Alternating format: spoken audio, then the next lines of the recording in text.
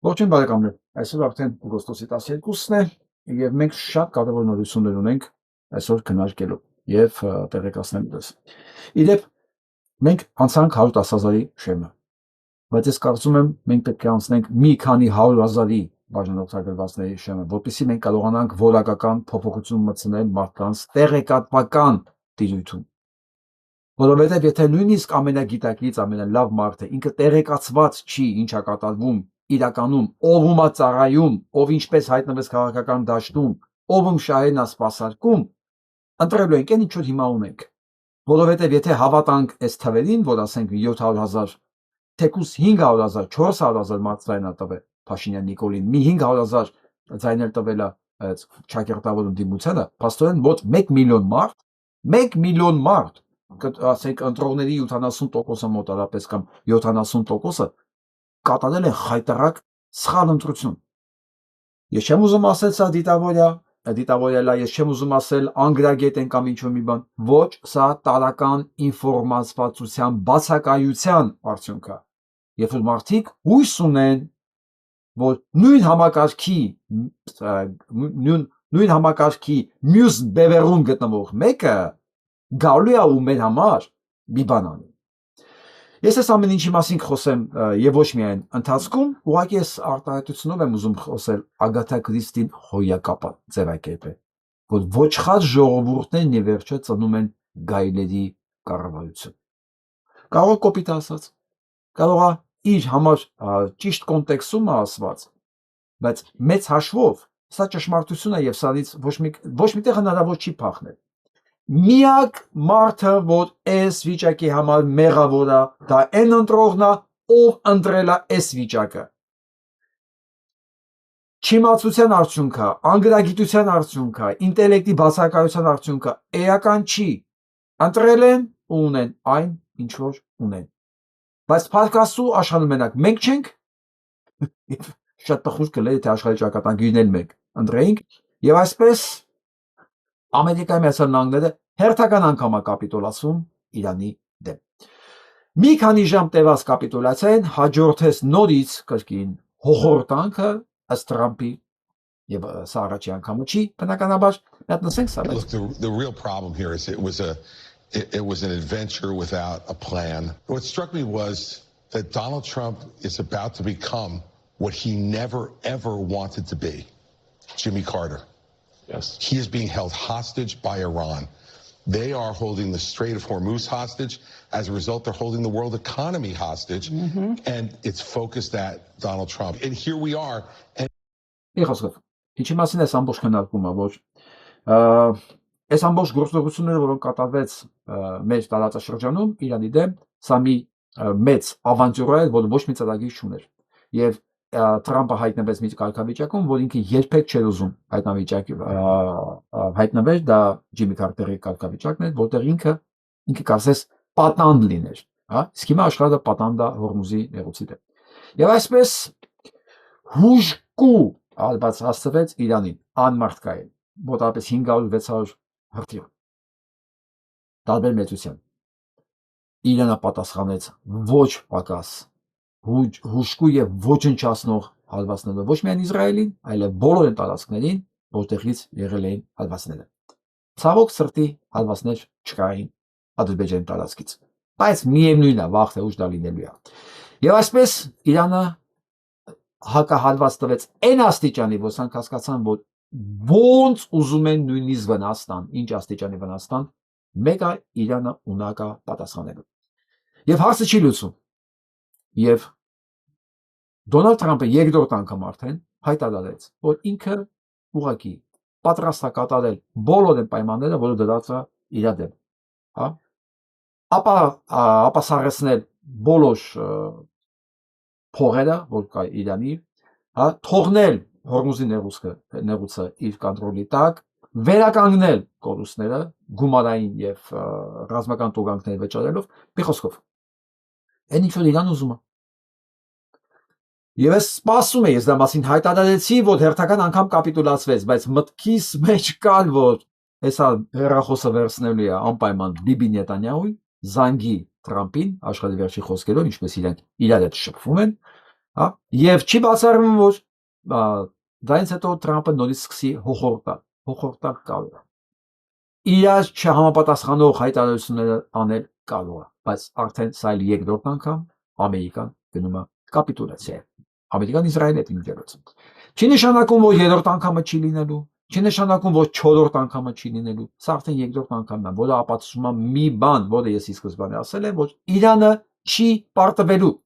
Եվ կարծես թե այս իրականությունը, որ Իրանը չի պարտվելու, եւ ինչպես Իրանն է կանխատեսել, չի լինելու նաեւ Զանգեզուրի միջանցք։ Կարծես այս պարզ իրականությունը չեն նկատում, ասենք Հայաստանում եւ Ադրբեջանում։ Եվ Վաշինգտոնում հանդիպում են Հայաստանի եւ Ադրբեջանի փող արտգոս նախարարները, որ ինչ քննարկել։ Դուք տեղյակ չեք ինչա կատարվում է այդտեղ, թե ուղղակի տոմս տարել եք, սենսենես պետքա թռնեիք։ Այսքան դուք կտրված եք իրականության մեջ, թե ձեզ ասել են դուք պրոբլեմ չունեք, դուք իրոք հավատացել եք, որ դուք պրոբլեմ չունեք։ Իսրայելն էլ է մտածում, որ ինքը պրոբլեմ չունի։ Հա, լուրջ Ամերիկան էլ է մտածում, որ ինքը պրոբլեմ չունի։ Չէ, դուք ունեք պրոբլեմ, ու ձեր պրոբլեմը շատ մեծ է։ Ու պրոբլեմը մենակ սա չի, ԿՊ։ Ռուսական պատժամիջոցների երկրորդ ալիքն է սպասվում եւ ԿՊ-ում սարսափած են։ Ես ամասին արդեն խոսացել եմ, այն որ Լինսի Գրեմի խմբագրած պատժամիջոցները դեռ քննարկվում է, որի ներմուծումը իրականության մեջ լինելու է սոսկալի հալված եւ ոչ միայն Ռուսաստանն, ամբողջ հայկական բանկային համակարգին, արտահանողներին, ներմուծողներին, եւ սա բերելու է տնտեսական կոլապսի։ Պլյուս երկրորդական սանկցիաները, որը կարող է արդեն այս անգամ կիրառվի Հայաստանի նկատմամբ։ Եթե նույնիսկ չկիրառվի, ես մի ամբողջ օր ծախսել եմ հասկանալու համար, որ բանկերն են սպասարկում Հայաստանը, ինչ կլինի ռուսականն են բռնում։ Ինչ կլինի, եթե դրանք ընկնեն այս սանկցիաների տակ, տխուր է պատկերը լինի շատ։ Եվ չգիտեմ, իրոք սարսափած են ԿՊ-ում, միթե հասկացել են ինչ են արել իրանք երկրի հետ։ Միթե ուղեղներին հասել է, թե ինչ է նշանակում երկիրը բանկային սեկտորը, տնտեսությունը մտցնել մի երկրի համակարգի մեջ, որը պատերազմի մեջ է, որը սանկցիաների տակ է եւ ոչ մի փորձ է տեղից հանելու առումով։ Ինքնական մտել են ընդեղ եւ դրա համար ուղիղ ասում են տղեկ միջև դեկտեմբեր դուրս պիտի գաք, այսինքն դուք պիտի հանրաքվե անեք, գրեք, սխալ ձևակերպում արեցի, պիտի հանրաքվե անեք Եվրոպա թե Եվրազիա։ Ուղիղ դրված է գալուզինը լուրջ դեմքով հայտարարում է, այսօր խոսում է, որ դու ճաշ չունես, դու պետք է մեզ միջև դեկտեմբերի վերջ պատասխան տաս, ու ամենակարևորը հասկացել եմ մի բան, որ Փաշինյան Նիկոլը ֆանտաստիկ պատասխան չտվող է։ Ամենաունիկալ պատասխան չտվողներից մեկը Փաշինյան Նիկոլն է եւ արդեն զգուշացել են, որ քո լրությունը ոչինչ չի փոխվելու։ Սկսել են քո նկատմամբ կիրառվել սանկցիաներ։ Այն ինչ որ նույնիսկ չես կարող պատկերացնել այսօր։ Որին ի պատասխան ինչ ասում Փաշինյան Նիկոլը, որ ինքը չի նախատեսել, ինքը մտադիր չի եւ ինքը պատրաստ չի դիմել Եվրոմիսիոնը անդամակցելու համար։ Եվ ամենահետաքրքիրը գիտեք որն ասել, որ Եվրոմիսիոնից այն չկա։ Այսինքն ինչ է ասում, ինքը պատրաստ չի, ինքը ոչ մի բան չի նախատեսել, բայց ամբողջ նախընտրական շրջանում ինքը իրեն հավատացող էր հայտնի համույթին խոստանում էր, որ իրան ստանելու է Եվրոպա, բայց ինքը ոչ մի բան չի արել այդ ուղղությամբ։ Ու ինքը ասում է, «Արա ոչ մի բան չունեմ արած»։ Չնայած 1 տարի առաջ, տարուկես առաջ կա ընդունած օրենք ազգային ժողովի կողմից, որ սկսում է նախապատրաստել Եվրոմիության հետ ասոցիացման։ Ու վերջ։ Ու դրանով վերջացել է Եվրոպա ճանապարհը։ Եվ ինքը խոստովանում է հիմա։ Գիտեք, ու լռություն, մեր լռություն եւ իր եվրոժետոնների մեջ եւ ամենակարևորը Ուրսուլա ֆոն դեր Լեյենը ոնց որ ձայն չի անում։ Կայա Կալասը կարծես թե զբաղված է ուրիշ ավելի կարևոր հարցերով։ Միշտեր հիշացնեմ, որ հենց որ մի բան էր լինում, մի բան էր պետք լինում Փաշինյան Նիկոլին փրկելու, մի անգամից արձագանքները գալիս են։ Դա լիներ ստից ծիրան արտահանելով, թե ծաղիկներով օգնելով, թե 50 միլիոն եվրոյի օգնություն տալով ուղղակի մի քիչ բաժանեն, որ մարդիկ ձայները կտրեն, բայց մարդը պարզ հայտարարում է, ես ոչ մի նպատակ չունեմ, ոչ մի բան չեմ արել եւ չեմ կարող անեմ։ Ես չեմ ուզում գնամ ի վերջո։ Եվրոմիություն ես ոնց կարամ գնամ։ Դա նշանակում է օրենքների սահմաններում աշխատեմ։ Դա նշանակում է ես չեմ կարող Ծառուկյան Գագո դատեմ։ Ես չեմ կարող Ծառուկյան Գագոին ասեմ, Գագոյի աղջկա վրա հոդված գրեմ, ինքս էլ գրեմ։ Ինքս գրեմ էլի բանը։ Որ կնել քննչական կոմիտեն էլ տարածի այդ տխմար հայտարարությունները, հա։ Բայց ոնց եմ այդ ամեն ինչ անելու։ Ոնց եմ դոշերս ծեծելու ասեմ ես եմ օրենքը, ես եմ ալֆան ու օմեգան։ Ես չեմ կարող Եվրոմիության դանել։ Բայց մյուս կողմից էլ չեմ կարող Եվրոզիան միանամ,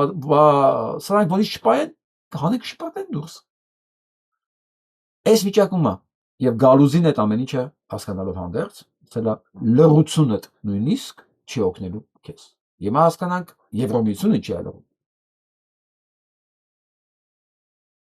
Իրանք գիտեին սրա մասին։ Թե շոկի մեջ են, դրա համար չեն կարողանում խոսալ։ Իրանք գիտեին սրա մասին։ Շոկի մեջ չեն։ Չէ։ 8 տարին բավական էր։ Նույնիսկ ամենատխմարի համար, չէ, ես հայ ընտրողին չեմ ասում, որ Նիկոլ Փաշինյանն ընտրել չէ։ Եվրոպական ստանդարտներով ամենատխմարի համար մի քանի անգամ Նիկոլ այդ շփողին հասկանալ էր, չէ՞ որ Նիկոլ Փաշինյան։ Իրանք շոկի մեջ չեն։ Իրանք գիտեին դա։ Այնուամենայնիվ Փաշինյան Նիկոլին պահեցին իշխանության, որը հաստատում է մի բան, պահեցին ոչ թե որ Եվրոմիություն քաշտան,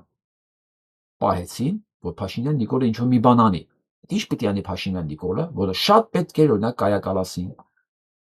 հա, կամ Ուրսուլա ֆոն դեր Լայնին, այդ ի՞նչն է պետք։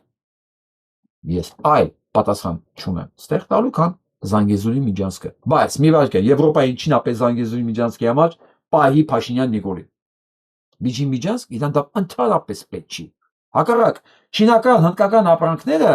Հայաստանով պետք է գնան Եվրոպա։ Զանգեզուրի Միջանցքը փակում է այդ պրոյեկտը։ Հետևաբար Եվրոպային պետք չի։ Եվրոպայի շահերին էլ է հակասում։ Ինչ հատ անելու Միջին Ասիայից Եվրոպա։ Թուրքիայով ինչ հատ անելու։ Ինչ բամբակ։ Նավթ-գազ սենսելս գնում է։ Այս միջանցքը Եվրոպային պետք չի, իրան ավելի շատ պետք է հյուսիս-հարավը, որով ինքը կարողանա Հնդկաստանից, Չինաստանից, Իրանով, Հայաստանով, մի խոսքով, այդ քարտեզը ցույց եմ տվել, Վրաստան սերծով, Բուլղարիայի կամ Ռումինիայի նավահանգիստներով հասնել Եվրոպա, ինչ ուզի, շատ արագ։ Հետևաբար Եվրոպայի ցանկությունը չէր։ Այստեղից հետևություն։ Այս Կայա Կալաս մալաս, դրանք Եվրոպան չեն։ Դրանք Եվրոպայի նույնիսկ խորհրդարանի ձայնեն չեն,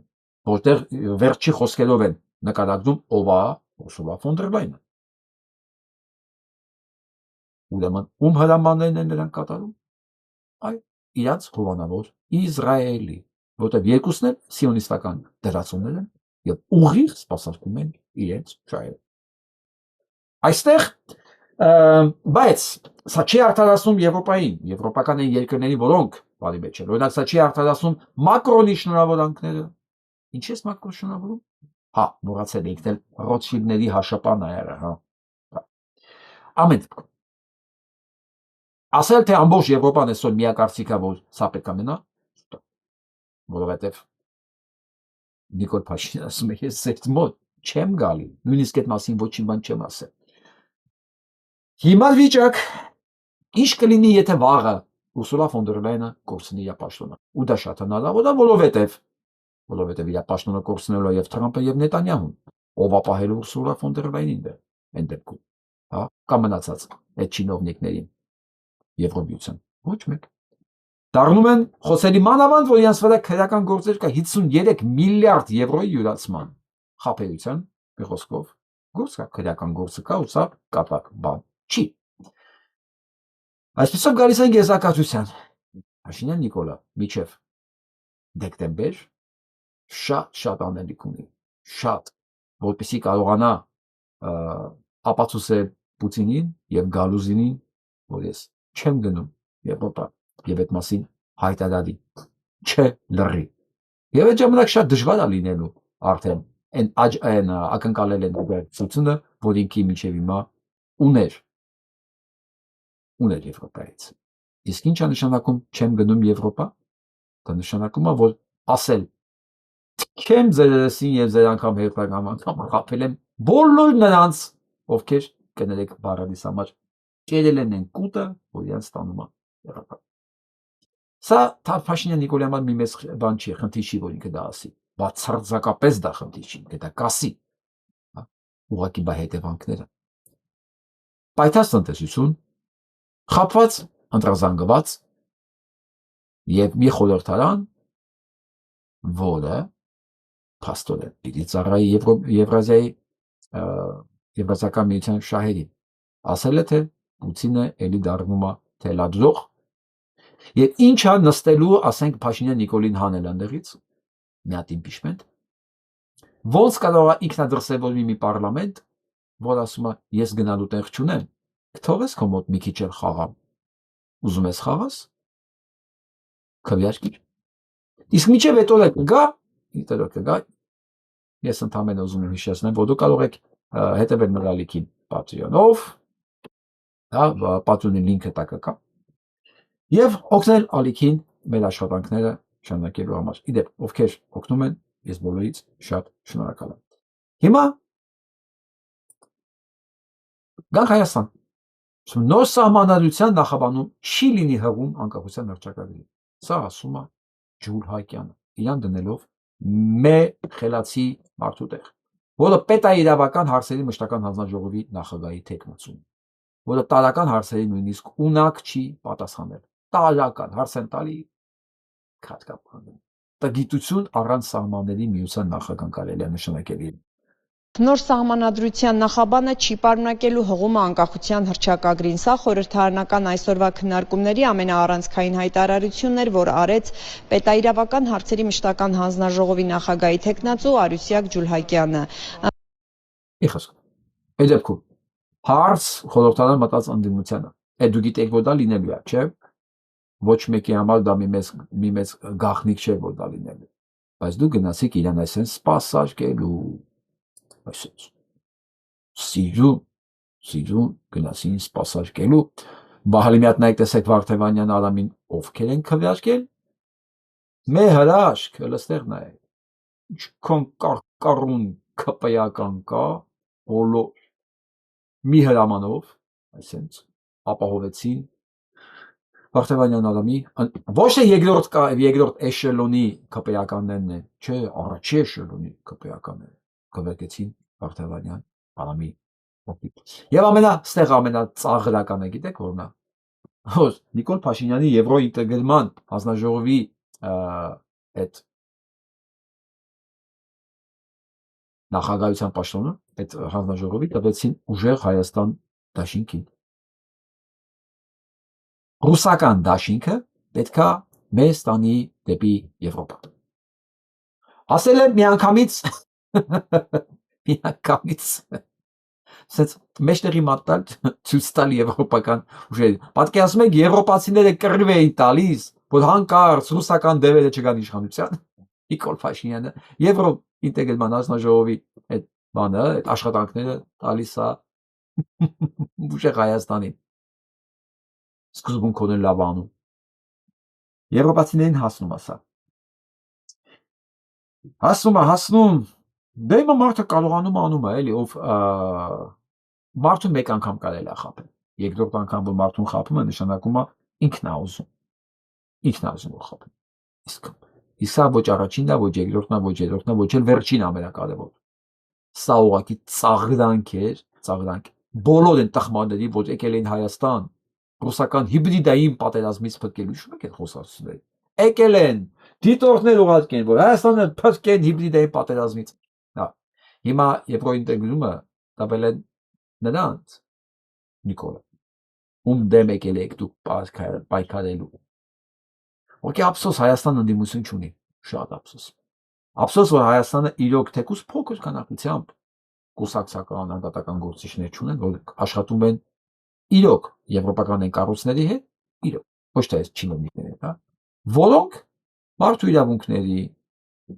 ինչ-որ այդպես կառույցների, ոչ պետական ինստիտուտների հետ առնչություն ունեն, որովհետև սրանք կարելի է այնպես ստորացնել, այնպես։ Բայց այն մարդիկ, որոնք աշխատում են այդ կառույցների հետ, դրանք Նիկոլի աջ կամ ձախ գրպանում են եւ ոչ միայն աջ կամ ձախ գրպանում։ Դրա համար էլ այս ամեն ինչը ասվում է անպատիժ եւ անհետևանք։ Սա է դրթում մեզ ստեղծել այն ալտերնատիվ կառույցը, որի մենք սկսել ենք։ Դա ինքնաճանաչում շարժումն է։ Մենք մի քիչ թափավակելուց հետո շփվելու ենք բոլոր այդ մարմինների հետ։ Խոսելու ենք այս ամեն ինչի մասին։ Գնալու ենք ներկայացնենք այն մարդկանց, ովքեր վստահում են մեր շարժման։ Մեր շարժման արդեն կայքը կա, ես հիմա կարող եմ ձեզ ցույց տալ։ Խնդրեմ, սա առաջի էջն է, բայց կարող եք արդեն գտնել ինքը հայերեն կարող եք հավաքել ինքնաճանաչում .com հայերեն հայատար ինքնաճանաչում մնացածը լատինատառ .com իսկ անգլերեն գրողները self-recognition.org եւ կարող եք մտնել նայել ավականի անդամներին, ովքեր են ավականում, ինչպես գրանցվել շարժմանը եւ մի որոշ ժամանակ հետո, երբ որ մենք մի քիչ թափ կհավաքենք, մենք կդառնանք այս ամեն ինչի մասին ձեր անունից խոսացողները, ձեր անունից եւ Եվրոպայում եւ Ամերիկայի Միացյալ Նահանգներում, որովհետեւ այսօր պետությունը ոչ մեկ չի ներկայացնում։ Այո, այսօր պետությունը չի ներկայացնում ոչ ոք, ոչ իշխանությունը, ոչ ընդդիմությունը։ Սրանք ներկայացնում են գողությունը, սրանք ներկայացնում են գաղութատիրությունը, սրանք երկուսն ներկայացնում են Ռուսաստանին։ Գիտեք, եթե ինձ հետ համաձայն չեք։ Եվ այսպես, եթե ոչ մեկ չի ներկայացնում, ուրեմն պետք է ստեղծվի այն կառույցը, որը ստանալու է մանդատ, գոնե մի քանի տասնյակ հազար մարդուց, սկսի աշխատել այս կառույցները։ Տեսնենք ինչ են ասում։ Մեկը պետք է խոսի այդ մասին։ Ես գիտեմ, որ Հայաստանում այն կառույցները են ինչ կուսակցությունները եւ անհատները, որոնք համաձայն չեն, այս ինչ որ կատարվում է, չունեն համապատասխան ռեսուրս եւ հնարավորություն դա իրականացնելու։ Մենք փորձենք այդ բացը լրացնել։ Համատեղ ուժերով։ Համատեղ։ Ընդ որում մեր ընկերների, գոլեգաների հետ, որոնք ապրում են Երևանում, Հայաստանում են, հա, որտեղ սա մի հոգու գործ չի, սա համատեղ գործ է։ Պետք է արվի։ Այլ տարբերակ չկա։ Եվ այսպես Թուրքիայի հետ, Ադրբեջանի հետ բարեկամության գնացողներին տեղեկացնեմ, որ այս 15 տարեկան երեխան, որը կոչ էր անում Հայաստանի հետ բան ապրել, խաղաղ ապրել, 15 տարի դատեցին։ 15 տարի։ Կնեք 31 years old, չէ, 31 տարեկան։ 15 տարին չափ բանն էր, սրոկը։ 15 տարի դատեցին մի խոսքով էս երիտասարդին, որը համարձակվել էր ասել, որ Հայաստանը պետք է խաղաղ ապրել։ Իսկ Հայաստանում սես բանասողներին նախարարի պաշտոն են տալի։ Դե դատում են, մեր մոտ նախարարի պաշտոն են տալի։ Եվ ոնց եք ապրելու այս երկրի հետ, որոնք հավատում են այս տխմարությանը։ Մի երկրում, որտեղ հայ հետ խաղաղ ապրելու կոչանողին դատում են 15 տարի։ Դուք ոնց եք այդ երկրի հետ խաղաղ ապրելու։ Բայց այս խոսքը ճիշտ է, էլի։ Ոչխար ժողովուրդներն ի վերջո ծնում են գայլերի կառավարություն։ Ոչ մի բան չես կարող անել։ Ոչ մի բան։ Վերադառնանք խորհրդարան։ 76 տարեկան հասակում պաշտոնից հեռացավ Նիկոլ Փաշինյանի խորհրդական այս գրավիչ պապիկը Արտաշես Թումանյանը։ Ինչպիսի կադր լքեց ԿՊ-ի շարքերը, Նիկոլ Փաշինյանի շարքերը։ ՀՀՇ-ական, հետո Սերժի սրտի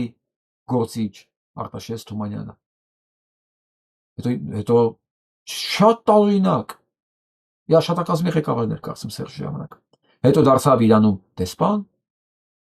Հետո 8 տարի է, աստծո Նիկոլի համար աշխատում։ Ես ասում Սերժը հավերժա, ոչ միտեղ չի գնացել։ Ուսեց հանգիստ։ Գիտեք քանի հոգի sense կան։ Նույն Արամ Վարդեվանյանն է, որտեղից եկավ անդը։ Ով բերեց անդը։ Այս ոնց եղավ որ Սերժի կադրերը հայտնվում են միանգամից փոխնախագահի պաշտոնում եւ դրանց ընտրում են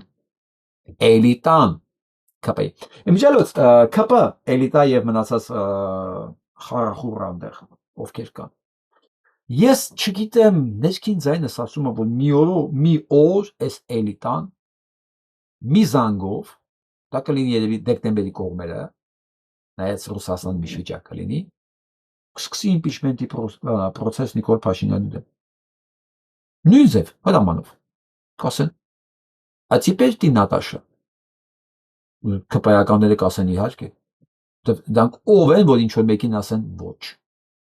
Դրանք 90-ականների չինական արտադրության ուսապարկեր են, որոնք մի հատ ֆունկցիա ունեն, ընդհանրապես մի հատ ֆունկցիա, որ իրենց ստեղից դնեն այնտեղ, իրենք լուր լսեն իրենց ինչ են ասում, ուրիշ ֆունկցիա իրենք չունեն։ Չգիտեմ, այտենց կասկածներ կան մեջս։ Հիմա ասենք ես տեսարանին, այս զարմացած դեմքով աղջիկը գիտեք ով, ասես զարմացած նայում, Նիկոլ Փաշինյանը միջնեք աղջիկ է, ու փաստորեն ներգրաված է արդարադատության նախարարության աշխատանքում։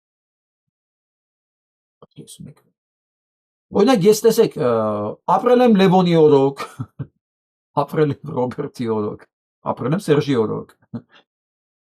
Ես չեմ հիշում օրինակ Լևոն Տեր-Պետրոսյանի տղա Դավիթը, երբևէ ասենք չգիտեմ, կառավարության իջտերի լիներ։ Ես իրան մի անգամ եմ տեսել, մի անգամ, Ֆիլհարմոնիկում պատահական։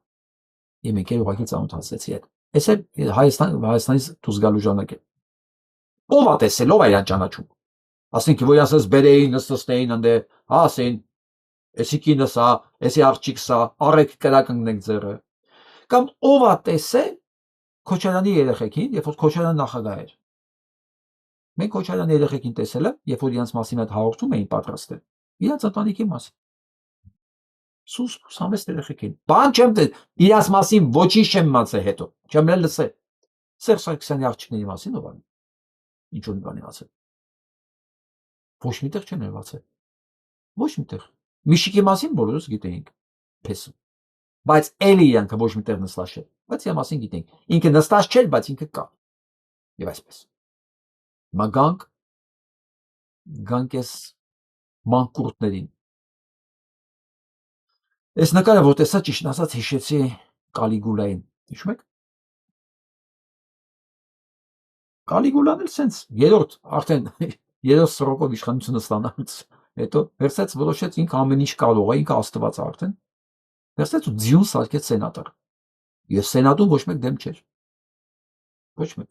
Կարծեմ իր մահից հետո նույնիսկ ձին դեռ սենատոր է։ Այս աստիճան էր այլասերված արդեն հռոմ է էլ։ Իմիջիալոց Փաշինյան Նիկոլը սենց բաներ անում, նա նիշի որ ինքը ամենակարող է։ Այս որ ստացվում ասես բանը, դա նայից որ արդեն համակարգը չի դիմադրում։ Նշանակում է համակարգը մեռել է։ Էլ համակարգ չկա։ Հա, էլ ոչ մեկ չի զարմանում, որ ձին կարող է դառնա սենատոր ասենք։ Որ Փաշինյան Նիկոլի աղջիկը կարող նստի ասենք չգիտեմ, էլի արդարադատության նախարարության աշխատանքների ժամանակ, որ ինչ։ Որ դու կարաս նստացնես, հա, նշանակում դու կարաս նստացնես, հա, այն նշանակում է դեռ արդեն համակարգ չկա։ Նշանակում է քեզ ոչ մեկ չի ասում, ինչ գործ ունես այդտեղ։ Ասենք ոնց որ պատերազմի ժամանակ որ կնիկը բունկերում էր, էլի կնիկը դա չէր կներես են ղրերի կատուն։ Բունկերում է, նշանակում է բանը չկար։ Հա, չի կարա լինի բանը, եթե իր բունկերում կա օտար մարդ։ Դա արդեն բանը չի։ Դա արդեն պրախադնոյդ որա, բարդակ։ Դա դիցիկ։ Բայց ինքը մեղավոր չի, ինքը պատասխանատուն է, բայց ինքը մեղավոր չի։ Հա, իդեպ վաղը եթե իրան հարցնեն, բա ինչ եղավ եվրոյի ինտեգրումը, ինքն ասել է, ես ինչ մեղավոր եմ, տվել էին դիմությանը, բա Սամվել Կարապետյան և Նարեկ Կարապետյան, վաղը այս չինտեգրումը եվրոպական կառույցներին Եվրամիությանը, ջարդելու են ձեր վրա, ասեն, հոպա, ձեզ չթվա է, որ ձեզ տվել է մենակ այս գործը սպանելու համար, ձեզ տվել է վաղը, որ նաև ջարդի դրա չլինելը ձեր վրա, բայց իր հոտը չի էլ հարցնելու, բայց ինչի տվեցիք իրան, չէ, այդ հոտը չի հարցնում, այդ հոտը ընդհանրապես հարցեր տալու հետ ավես չունի, բարդ բան է էլի հարց տալը, ասեմ հարց տալուց հետո պետք է լսեն պատասխանը, իրանց հիշողությունը, ձկան հիշողությունը, իրանք նույնիսկ հարց տալուց հետո մոռանում թե ինչ են հարց տվել, ելույթ թե մնաց, պատասխան լսեն, ինչքան մարդիկ ճանաչում որ հարցը տալիս են, բայց պատասխանը չեն լսում, այդ որովհետև ձկան հիշողությունից մի քիչ ավել հիշողություն ունեցողը կհիշեր Նիկոլ Փաշինյանն ով է։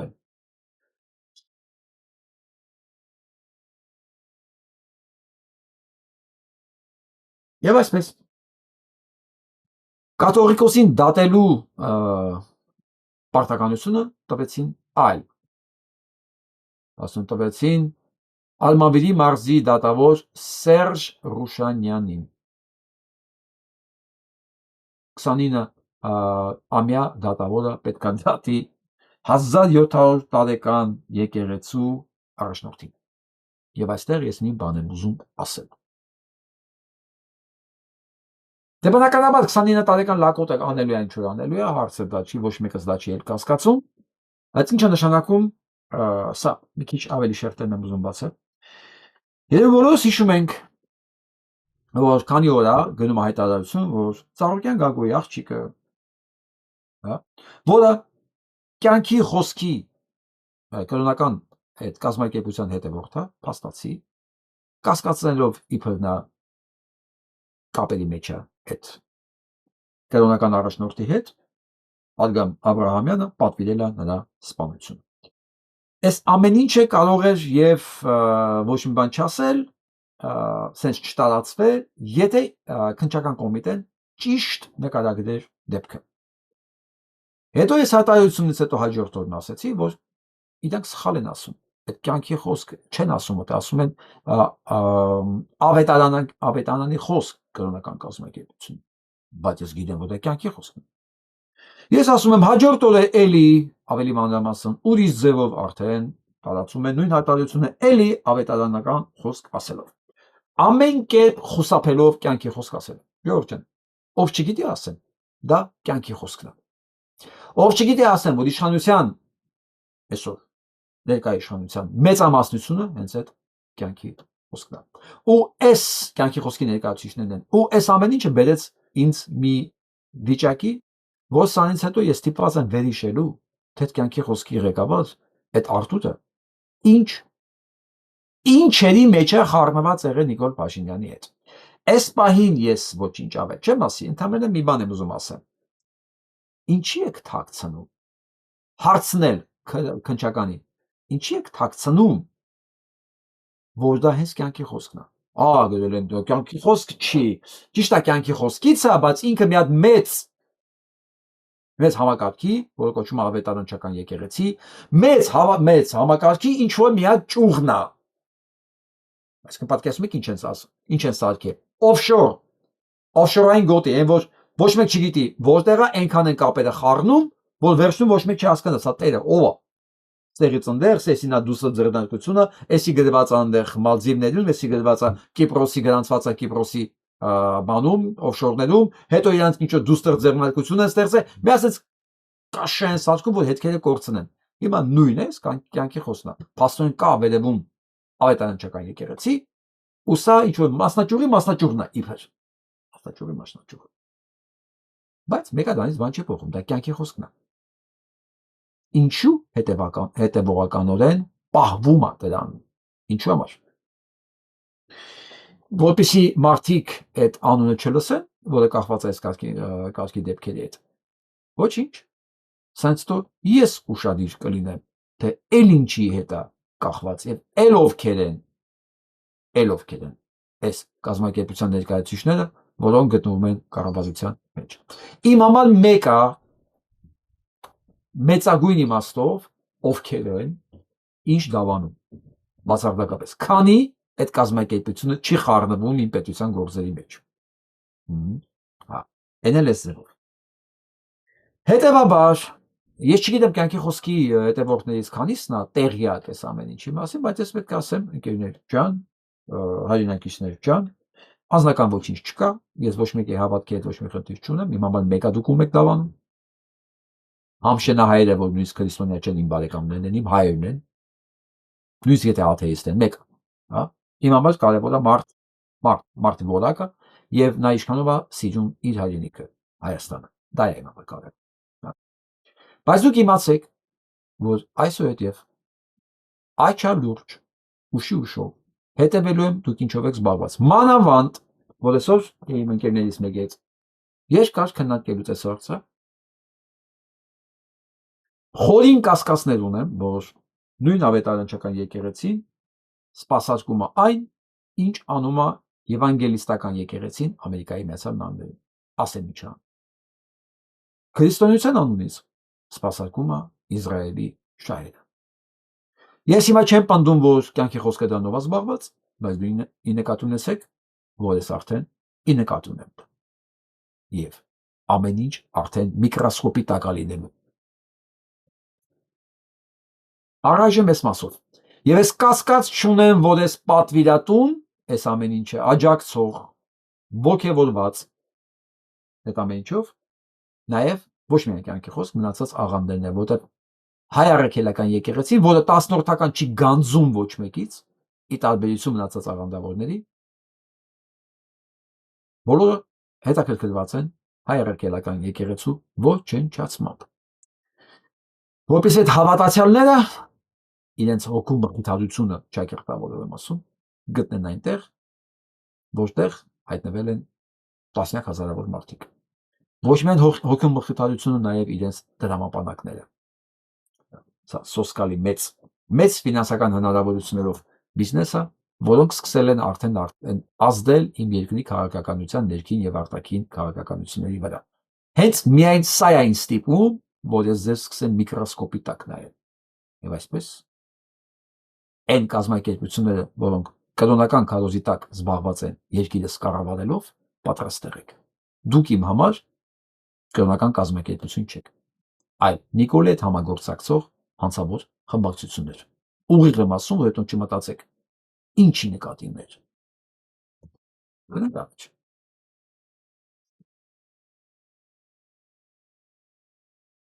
Բայց մտքի գիգանտին լսենք, որ ինքը որոշել է, որ սահմանադրությունը չի լինելու, սահմանադրության մեջ չի լինելու բանը, անկախության հռչակագրի հղումը։ Ես այս տխմարին իհարկե չեմ կարող բացատրել ինչ է նշանակում անկախության հռչակագիր, եւ ինչու ինքը չի կարա չլինի սահմանադրության մեջ, որովհետեւ այս պատասխանը տալուց հետո դու հասկանում ես, որ դու գործ ունես չինական 90-ականների, որտեղ հիմա չինական ապրանքները ավելի որակով են։ Ովքեր ապրել են այդ 90-ականներին, քիշն է, որ Չինաստանից մի բան գալիս է, եթե դու խանութից տուներ հասցնում, արդեն ահագին ձեռք բերում էր, էլի բաց լսենք սա։ Համանadrությամբ անձի իրավական վիճակը վատթարացնող նորմերին հետադարձության արգելք սահմանելու մասով։ Այդ ըստ ձեզ հետադարձության արգելքը վերաբերում է միայն քրեական իրավունքին, թե իրավունքի նաև մյուս ճյուղերին, եւ երկրորդ հարցը, այդ իրավական արգելքը հետադարձության դա ըստ ձեզ վերաբերում է նյութական իրավունքի նորմերին, թե ընդհանցակարգային, այլ կերպ ասած դատավարական իրավունքի նորմերին։ Շնորհակալություն։ Շնորհակալություն, պարոն Հարությունյան, ինչպես են վերաբերվում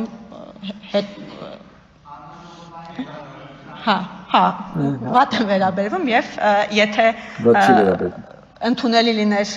հետադարձ ուժ տալը, բնականաբար շատ փոփոխություններ կարվեին, որոնք որ հետադարձ ուժ կտային։ Ես ձեզ պետք է ասեմ, որ մեր նախընտրական խոստումներից մեկը հեղափոխության ժամանակ հեղափոխական խոստումներից մեկը վստահաբար շատ լավ կհիշեք, եղել է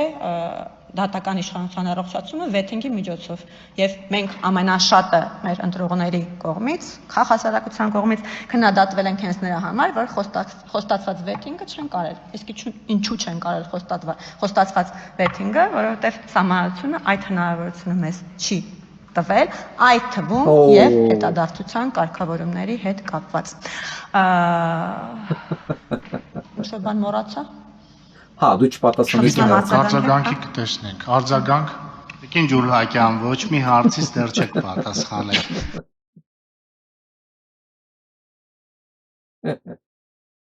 Ուսանք ուզում են այս ճգնաժամ վիճակին, ճգնաժամ պահին, լոս ճգնավորյանը լավ ասում, այս ճգնաժամ պահին երկիր կառավարել, այս տգետների համույթը։ Ու տգետների համույթը իր հոտին կերակրում է նրանով, որ իրանք չկարողացան վեթինգ հասկացնել, որովհետև փաստորեն հետադարձ ուժ չուներ եւ սահմանադրություններ խանգարում իրենց։ Պատասխանեց sense մի հարցի, որ այդ հարցը ընդհանրապես ոչ մի կապ չուներ։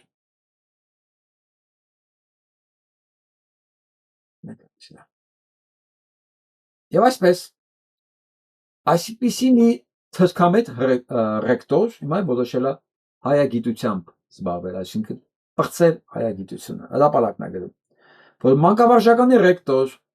ԺՊ Լիլիթ Մկրտչյանը, որ ունի թրքամետ համբավ հայ պատմաբանների շրջանում, ինչպես նաև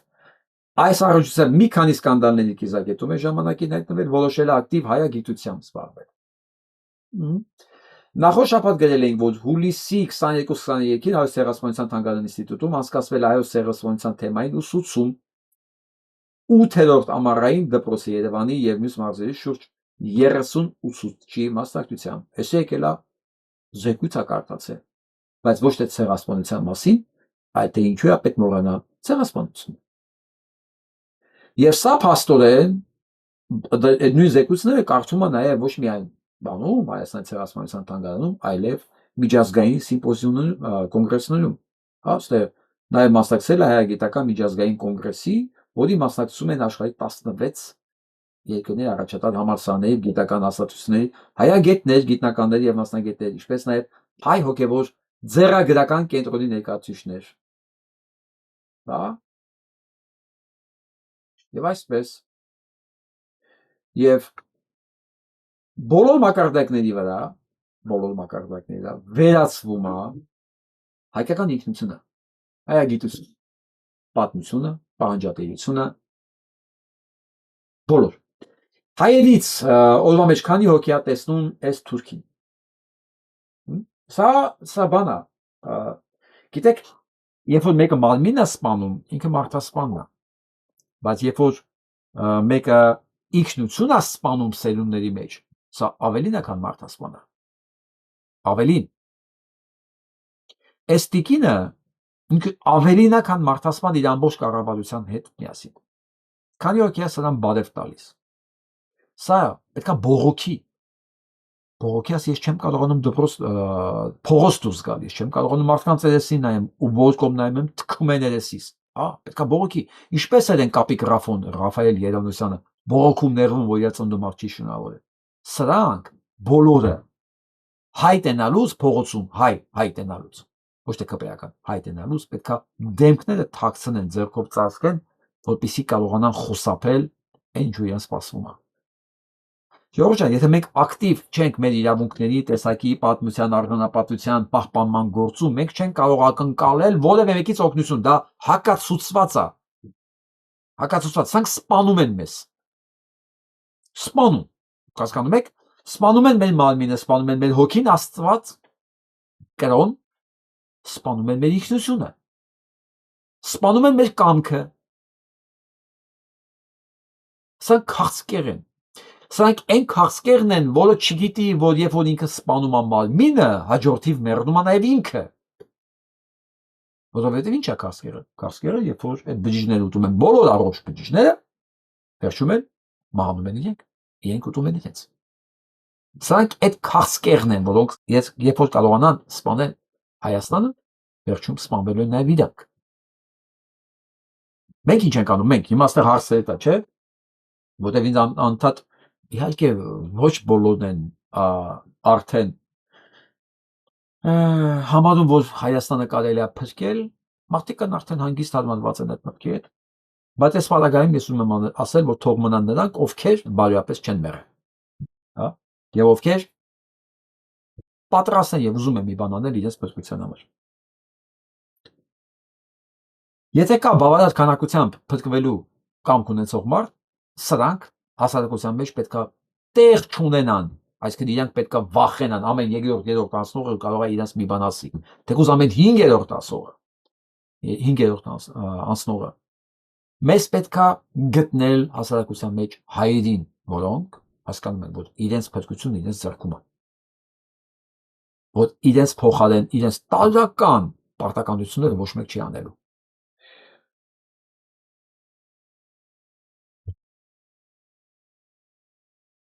Սա գիտեք ով է։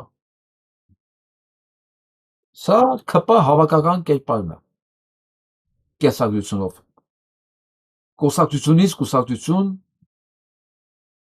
բոլոր պոզաներով թռած այս կողմից այն կողմ, մարդ, որ հայտարարում է իմ համար Կտիչ Ներսիսյանը սովորական մարդ է, իսկ Փաշազադեն հոգևոր առաջնորդ։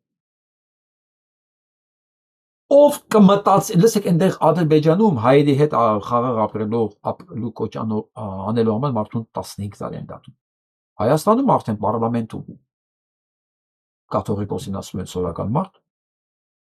բայց չգիտես ինչի դատում են որպես կաթողիկոս։ Ոնց եք սովորական մարդուն դատում որպես կաթողիկոս, հա? Եվ ով է ցույց տվել այդ հոդվածը, որտեղ կարելի է կաթողիկոս դատել։ Հիմա այս 29 տարեկան լակոտը, որ գալու է նստի այնտեղ սև շորերով, դատավորի ինչ հոդվածով է դատել կաթողիկոսին։ Եվ կաթողիկոսը ընդհանրապես ինչի է գնում դատարան։ Բայց լավ, ուրիշ խոսակցություն է։ Ով կպատկերացնի, որ Հայաստանի պարլամենտում կասեն կաթողիկոսը կաթողիկոս չի, հոգևորը Փաշազադեն է։ Այս պիղծերին ո՞նց կարելի է հանդուրժել։ Այսօր ընկերոջս հետ էի խոսում բժիշկ, ինքը շատ բժշկական բան ասեց, ասեց, այս օրգանիզմը մեղրող օրգանիզմ է, էլի։ Հանձնվի, հարմարվի երևի այդ մտքեր, որ սա մեռնող օրգանիզմ է։ Հետո հիշեցի Հռոմի պատմությունը։ Հռոմի կայսր Կոնստանտինը ինքը հասկանում էր, որ Հռոմը մեռնող է։ Բայց նա գոնե տեղ ուներ երկրորդ կայսրություն ստեղծելու համար։ Նա ուներ Անատոլիա, Էսպարդով ասած են, որտեղ ստեղծեց Հռոմի երկրորդ կայսրությունը եւ մայրաքաղաքներ կոչեց իր անունով Կոնստանտինոպոլիս։ Նա ուներ այդ տարածքը։ Ինքը հասկանում էր, այս մեռնող այլասերված, որ համակարգ չկա, մեռած է, այսինքն ձին կարա սենատոր լինի։ Ինքը հասկանում է, թե միտեղ կարա ձին սենատոր լինի, ինչպես Նիկոլ Փաշինյանի աղջիկը իրավական հանձնաժողովում նստած լինի արտադրության, հա։ Նշանակում է այդ օրգանիզմը փրկել հնարավոր չի, բայց մենք խնդիր ունենք, որտե սարքենք մեր երկիրը, որտե սարքենք մեր Հայաստանը։ Այս ժամանակ կա հնարավորություն Կիլիկյան Հայաստան սարքել, Անիի թագավորություն սարքել, դե մեծ է էլի երկիրը։ Չունենք հիմա այդ մենք այդ հնարավորությունը չունենք, նույնիսկ Արցախ չունենք արդեն։ Բայց մենք ինչ անենք այս մեռնող օրգանիզմի հետ։ Մեր մեռնող օրգանիզմում ասում են եղբայր։ Փաշազադեն է, հոգևոր, ոչ թե բան, Կտիչ Ներսիսյան, կաթողիկոս։ Նույնիսկ կրկնեմ բոլոր տգետներին, ովքեր կասեն Կտիչ Ներսիսյան։ Այդպես անուն ազգանով մարդ գոյություն չունի։ Բայց սրանց ինչ է տալիս այդ շարքային ուսապարկը, որ ուղղակի ստեղից ընդեղա շպրտվի ամբողջ կյանքը, այս կուսակցությունից այն կուսակցություն, այս կուսակցապետի անկողնուց այն կուսակցապետի անկող։ Սրանց կենսագրությունն է սա։ Սրանց ինչ պետք է փոխի, արդյոք Կտիչ Ներսիսյան անունով անձնագիր գոյություն ունի մարդկա թե չէ։ Չէ, իրաց ասել են, իր շեֆը ասել է, իրենք էշեշ կրկնում են։ Սրանց համար մտածելը կատաստրոֆիկ բարդ է եւ վտանգավոր։ Իրանք պետք է կրկնեն, այն ինչ որ իրանք ասում են, ընդ որում չեն կարողանում ուղիղ կրկնել։ Ընթացքում ինչ կողքից ասես իրանք ինտելեկտի սահմաններում հիմարություն ասես կարող են ասել։ Հիմա հարց եմ տալիս նրանց ընտրողներին։ Դուք տեղյակ եք, որ ձեր սուրբը Փաշազադեն է։ Կարող եմ ես պնդել, որ Փաշազադեն ձեր բոլորի սուրբն է։ Ես պնդում եմ, քանի դեռ հակառակը դուք ինչ չեք ապացուցել։ Մասանքն որովհետև մենք փող չունենք, իմ ընտանիքը փող չունի, որ տար Ղարաբաղին, իսկապես իմ աշխատավարձով է ապրում իմ ընտանիքը, բայց իմ հայրը ակնհայտորեն ոչ երիտասարդ տարիքի, որտեղ իմ հայրն է։ Իմ հայրը կամավորագրվել գնացել եւ մինչեւ վերջին րոպեն եղել է պատերազմի դաշտում։ Իմ եղբայրը 44 օր կռվել է պատերազմի դաշտում։ Ես ուղղակի չեմ ուզում պատկերացնել այն մարդկանց վիրավորանքը, որոնց ընտանիքի անդամները չեն վերադարձել, որտեղ ճիշտ է ծանր ապրումներով, ճիշտ է դժվարությամբ, բայց իմը վերադարձել են։ Այդ ապրումները պետք է ունեցած լինել, որ այդ զգայունություն ունենալ մարդկանց հանդեպ, հասկանում եք։ Ես հորս հետ 10 օր շարունակ կապ չեմ ունեցել, ես հորս ոչ թե հիվանդանոցներում, ես դիահերձարաններում եմ փնտրել։ Դուք ուզում եք ասեք, որ այդ տուրբոգեներատորը ավելի կարևոր է։ Ես համաձայն չեմ ձեզ հետ։ Ես համաձայն չեմ, որ փողով պետք է չափել, թե ով ինչ է տվել Ղարաբաղին։ Դուք դա ասում եք, որտեղ դուք այդ փորձառություն չեք ունեցել։ Կարելի է մտածել, այս աղջիկը, որ փողից ավելի կարևոր բաներ է տվել Արցախին, ինքը ոչ մի պարագայում պետք է Արցախը չզիջեր։ Բայց ինքը ընդամենը ուզում ասի, որ ես ավելի կարևոր բան եմ տվել Արցախին, քան դուք փող եք տվել։ Եվ ինչ։ Դուք Արցախն եք տվելու, ինչ կապ ունի դուք ինչ եք տվել Արցախին։ Եթե դու չես տվել, քո հերն է բարոյական մարդերը, ինչպես են Մեխակ Մեխակյանը, որի տղեն քպեական է։ Ձեր հայրերը նորմալ մարդիկ են եղել, իրանք չգիտեն, որ ձեզ են ծնել, որ դուք մի օր գալու եք թքեք իրանք ստեղծածի ազատագրացի վրա։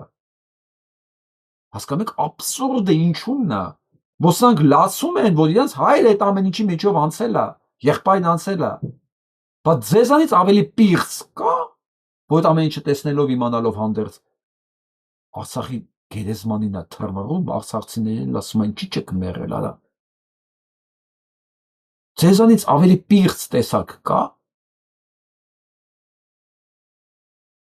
Չգիտեմ։ Իսկ ով իմանալ, որ սենց տեսակ կա ընդհանրապես։ Մի ժամանակ չենք հավատա, որ հայկական Հայաստանի պարլամենտում նման արտահայտություններ կլսենք, որ մեր կաթողիկոս հոգևոր չի Փաշազադեն է հոգևոր։ Մատ իրան պետք է հարցնել էլ, իսկ դու ինչ գիտես։ Կարող մի բան գիտի, որ մենք չգիտենք։ Եվ այսպես մատ նայեք այս տեսանյութը նոր վերադառնանք։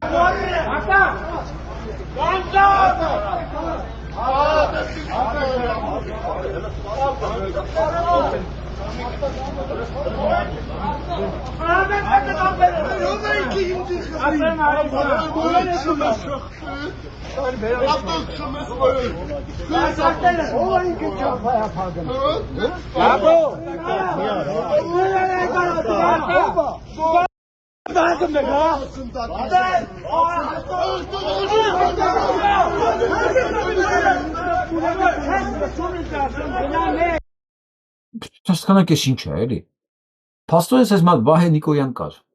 Ճանաչում։ Հանրապետական։ Բարձվում է։ Ոչ միայն Արտաշես Թումանյանը, այլ նաև Վահե Նիկոյանը Արենձի Խաչատուր Աբովյան թաղամասում երկու հատ շենք ունի սեփական։ 8 հարկանի։ 8 հարկանի շենք է կառուցել, որը հասնում է շահագործման, բայց կոյուղի չունի։ Պատկերացնում եք, շենք են հանձնում շահագործման, կոյուղի չկա։ Ու որոշել են փողոցը քանդեն, այդ նեղ փողոցը, որ կոյուղի անցկացնեն։ Բնակիչներն են ասում են, այս ինչ անում, կետ ջան, ես մեր փողոցն է, դու ես բան իրավունք չունես անելու, ի վերջո, դու հանրապետականդ, քեզ այդ հնարավորությունը որտեղից Նիկոլ Փաշինյանի իշխանությունը արդեն 8 տարի է, քեզ այդ շինթույլտվությունը, այդ նեղ փողոցի վրա 2 հարկանի սարքելը, ով է տվել, առանց այդ ամեն ինչը հաշվի առնելու։ Ու ընթացքում է Նիկոյանը քրեական գործով անցնում։ Բավուց, ինչպես բանը Երվան Զախարյանը, ինչպես շատ մարդիկ քաղաքապետանից։ Սերժը հավերժը բոլոր տեղերում միշտ չկա մի հատ Սերժի կադր, որ հիմա ավելի վատ ապրի, քան այն ժամանակ։ Բոլորը իրենց տեղերում են ապահովված։ Նույնիսկ քրեական գործեր կարող լինեն, բայց հələ մարդը առանց, պատկերացնում եք, առանց կոյուղի 8 հարկանի շենք է սարքել։ Դու կարաք այդպես բան անեք։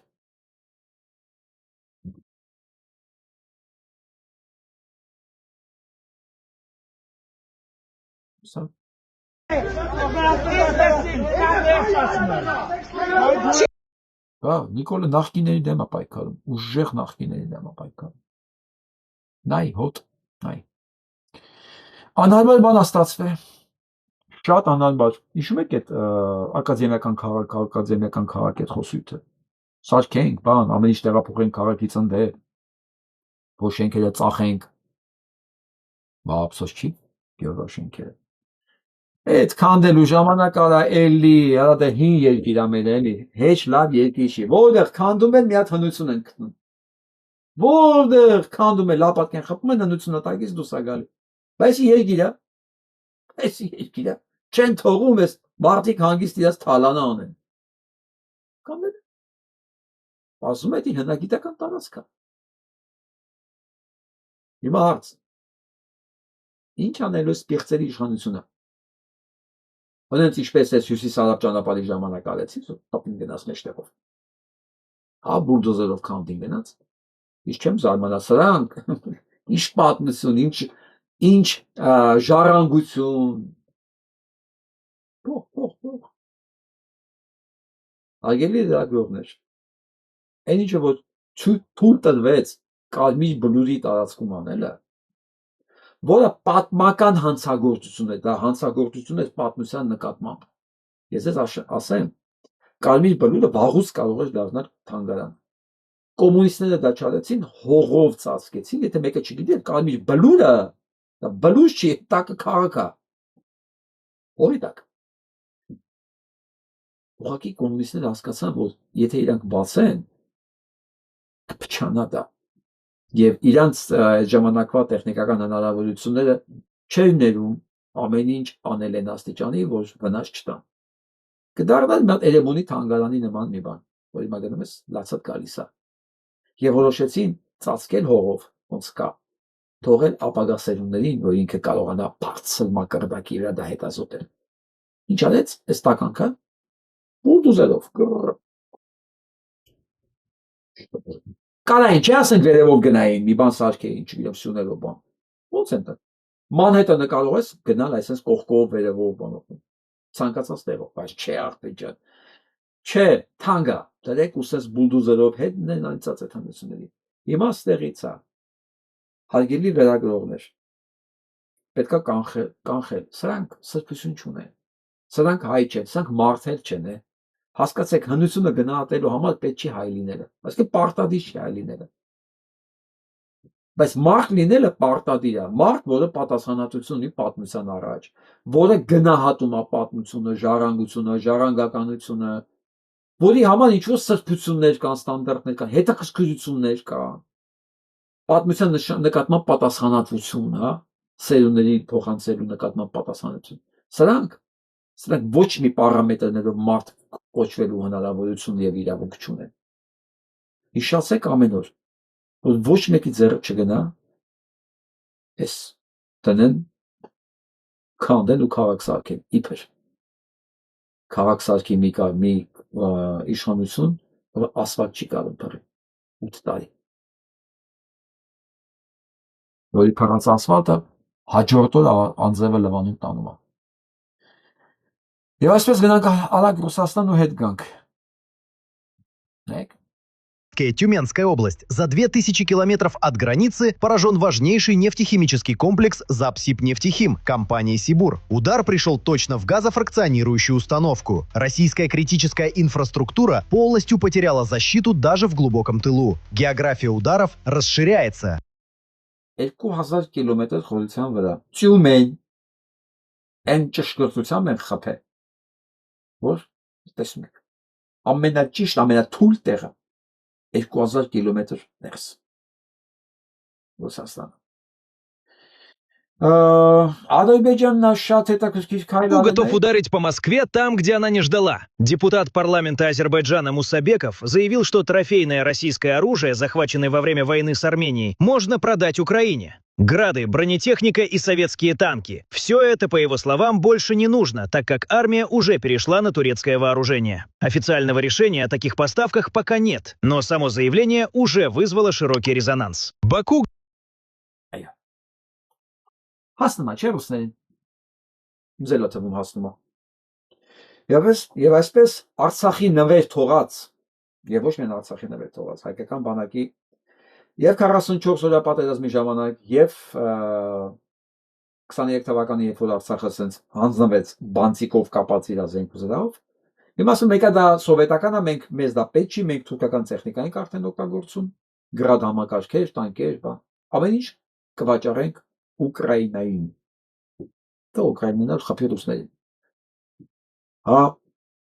բա որ այս ամեն ինչը թողում էիք, տալիս էիք Ադրբեջանին, չեք մտածում, որ զենքերը վաղը կրակելու է ձեր դեմ։ Էական չի մտածում եք, թե չէ։ Ես ուզում եմ այդ զենքերը կրակեմ ձեր վրա։ Ուզում եմ։ Ու թող ոչ մեկ ինչ չասի, որ ես չար մարդ եմ։ Հա, ես տենց արդարություն եմ ուզում։ Գիտեք, որ ընտրությունն է դա լինելու աշնանը։ Եվ այնտեղ կար բանը օպոզիցիոն կուսակցություն, Յաբլոկը։ Դե բնականաբար չի կարող երբևէ ինչ-որ մի բան լինի Պուտինի նկատմամբ օպոզիցիա։ Եվ դատարանը, սահմանադրական դատարանը, գերագույն դատարանը կնեք։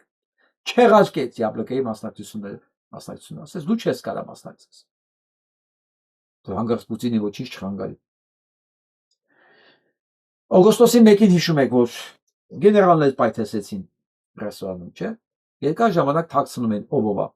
ում են պայթացել ոնց։ Только что стало известно, что в результате взрыва в центре Москвы 1 августа был ликвидирован генерал-майор Валерий Плохотнюк, который в 2022 году исполнял обязанности заместителя командующего 49-й армии ВСРФ. Кроме него был ликвидирован Даниил Передрий, зять нынешнего главкома ВКС РФ Александра Чайко. Собственно, именно на банкете Чайко и были ликвидированы эти два товарища. Напомню, что 1 августа прогремел мощнейший взрыв в ресторане в самом центре Москвы, где происходил закрытый банкет, на котором собрались все топ-генералы. Этот банкет был приурочен к то ли празднованию свадьбы, то ли празднованию дню рождения Александра Чайко, того самого главкома ВКС РФ. Именно Александр Чайко отдавал приказы бомбить мирные города Украины, посреди ночи убивая мирных граждан. И вот судьба повернулась к ним задницей, и теперь убиты его друзья и его члены семьи. А возможно и он сам, так как ФСБ очень тщательно скрывает информацию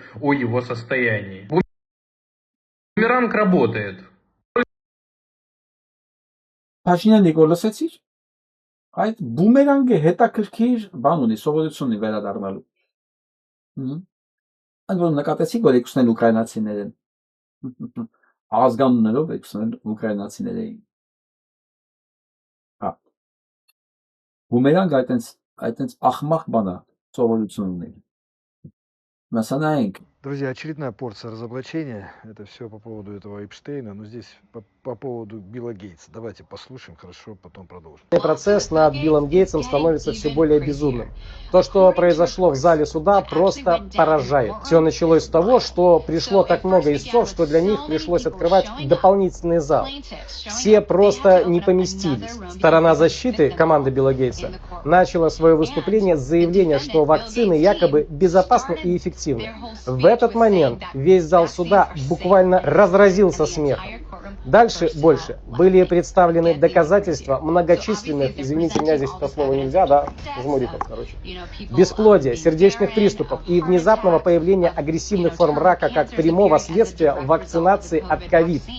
Кроме того, в суде обнародовали улики того, что Билл Гейтс состоял в сговоре с Джеффри Эпштейном для создания этой вакцины, прекрасно зная, какими будут последствия для людей. Но финальный аккорд меня просто потряс. В ходе слушания было официально заявлено, что вирус ковид был не опаснее обычного гриппа. Многие из нас и так это понимали, но то, что это прозвучало публично в суде,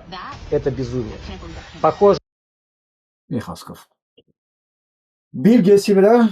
փոշորանքներ են հավաքվում, որովհետև հիշում եք, չէ՞, մի քանի օր առաջ ասացին, նույնիսկ Բուրկինա Ֆասոն փակեց բոլոր ծրագրերը կապված Բիլ Գեյթսի հետ։ Բուրկինա Ֆասոն փակեց բոլոր դրա լաբորատորիաները, վակցինացիայի ծրագրերը։ Եվ այսօր Ամերիկայի Միացյալ Նահանգներում դատարանում քննվել են այն դիմումատների, հայցատուների դիմումները Բիլ Գեյթսի նկատմամբ, ասում են, այնքան շատ էին, որ նույնիսկ այդ դալիճում տեղ չեն անում, երկու դալիճ վերցեցին։ Հա, եւ ամենահետաքրքիրը նա է, որ դատարանում պարզվել է, որ նաեւ հայտարարել են դրա մասին, որ COVID-ը ընդհանրապես ավելի վտանգավոր բան չէր, քան սովորական գրիպը։ Բայց կարողացան մի քանի միլիոն մարդ սպանել։ Ընդ որում նաեւ Հայաստանում։ Հարս Նիկոլ Փաշինյանին եւ դոկտոր Մահի։ Ինչի սպանեցիք այդ մարդկանց։ Գիտեք, էսի մարսելու եք։ Ինչի եք սպանում մարդկանց դիտավորյալ։ Ասեմ։ Փող են ստանում դրա դիմաց։ Իրենց պետք է թիվ ցույց տալ։ Փող են ստանում, որովհետեւ դա դիմաց խայտարականակության վակցինաներ պետք ծախեին։ Միլիարդների։ Մենակ 53 միլիարդ վակցինա ծախեցին Եվրոպայի վրա, Ուրսուլա ֆոն դեր Լեյենի ձեռքով պարտադիր։ Պատկերացնեք աշխարհում ինչ քանակության վակցինա վաճառվեց այդ ժամանակ։ Ընդ որում այդ վակցինա աշխատողների արտադրող ընկերություններից մեկը Նուբար Աֆեյանին էր։ Նուբար Աֆեյանը, որը հանդիսանում է Հայաստանում արհեստական բանականության կենտրոնի հիմնադիրներից մեկը, որ պետք է 500 միլիոնի ներդրում անի։ Ես չգիտեմ 500 միլիոնից որքանն է Իրանը, բայց տարօրինակ ձևով մի պրոյեկտի մեջ, որը կապված է Էփստինի հետ, որը քննարկվել է, համաձայնվել է Էփստինի հետ, պայմանավորված է, որը պարզում է, որ դա մեծ փուչիկ է, այդ փուչիկի մի մասն է կազմում նաև Նուբար Աֆեյանը, որը հայտնվել է Հայաստանում արհեստական բանականության այս կենտրոնի շինարարության մեջ։ Այսպիսի բաներ, այս հարցերի պատասխանը մասնավորապես Հայաստանում ինչու սպանեցիք այդքան մարդ, դուք դեռ պետք է տաք, որովհետև այդ հիվանդությունից ոչ մեկ չի մահացել։ Ինքը իր մահով տանը։ Չգիտես ինչի բոլորը մահացել են հիվանդանոցում։ Ու նույնիսկ մարդկանց չեն թողում բանդագարները վասեն։ Առողջ գնում էին։ Նույնը մեր Արտակը։ Արտակ Մովսիսյանը պատմաբան։ Հենց պատերազմի ժամանակ հաջորդ օրը ասին կովիդ էր։ Ինչ կովիդ արա։ Կովիդից ոչ մեկ չի մեռել։ Չեք սպանել մարդկանց։ Սա հայտարարությունն է, որ կովիդից ոչ մեկ չի մեռել։ Ով մահացել է, սպանել են։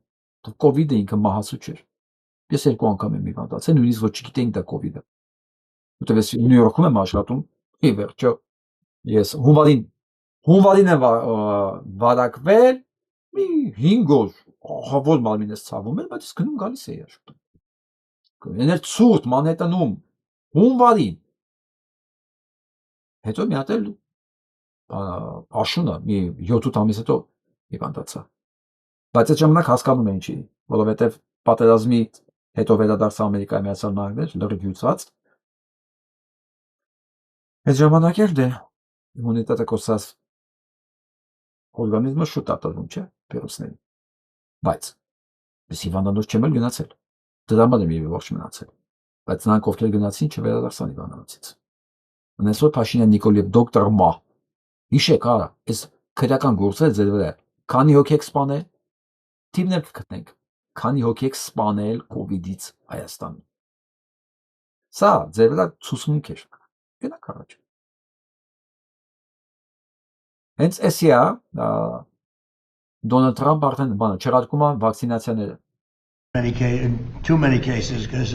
this is an explosion, this is an epidemic. Խոսքով։ Այսինքն դա հենց նույն բանա, սխալ նորություն չէ։ Բումերանգի մասին սա ռաբի տղեն է, որը կոչեր անում սպանել ու բռնաբարել բոլոր երեխեքին Գազայում։ Տղեն է, ոտերը կորցրել։ Դուք պատկերացնում եք բոլորս այս կարգի հայտարարություններ անողների երեխեքի ոտերը կտրվեին։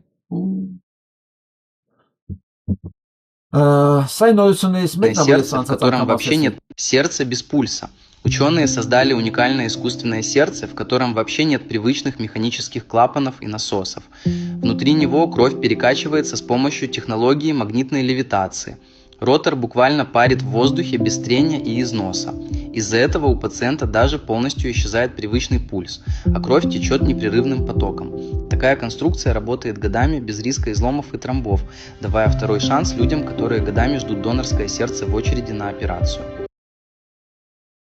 Սա արհեստական սիրտն է,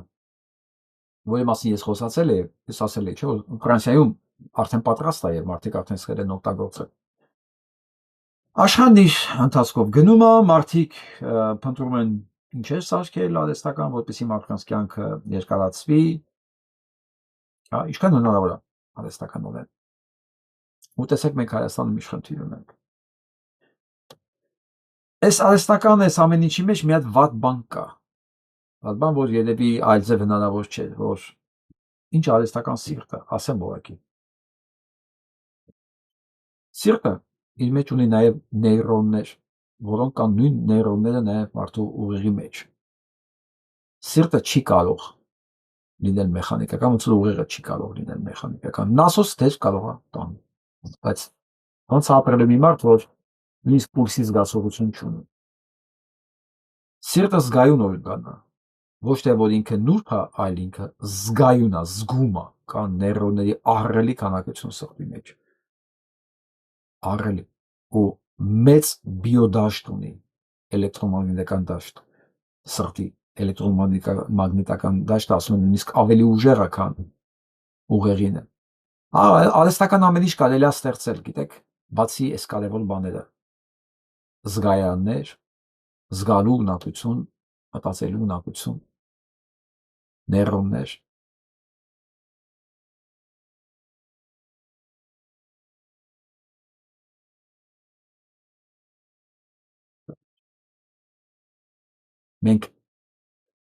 Մենք եղածն ենք սպանում զգալու, մտածելու ունակություն, ցավակցելու ունակություն։ Հետո մունատ են գալի, որ արհեստական սրտի մեջ այդ ամեն ինչը չկա։ Մինչդեռ մարդիկ են ապրում, որ պուլս ունեն, բայց այդ ամեն ինչը չունեն իրենց մեջ։ Ինչ կասեիք, ինչ հարց կուղեիք։ Ամոթ իրան։ Չեմ ուզում հանդիպեմ ես Փաշինյանին։ Շատ մեծ դժգոհություն կհայտնեի։ Ինչի՞ց։ Մեր երկրի վիճակից, լրիվ ինքը բերեց այս վիճակին։ Ինչ կասեի։ Երևի կասեի, այս բաները պետք է չաներ։ Ուրիշ բան չեմ ասի։ Բայց ուրիշ ձևով կասեի։ Ավելի տաղավարի ձևով։ Ինչ կասեիք։ Արա դե ես ինչ խոսամ, ախր որ խոսամ պետք է քֆուր տամ։ Եթե հանդիպեիք Փաշինյանին, ինչ կասեիք։ Կասեի սիկրետ քաշի։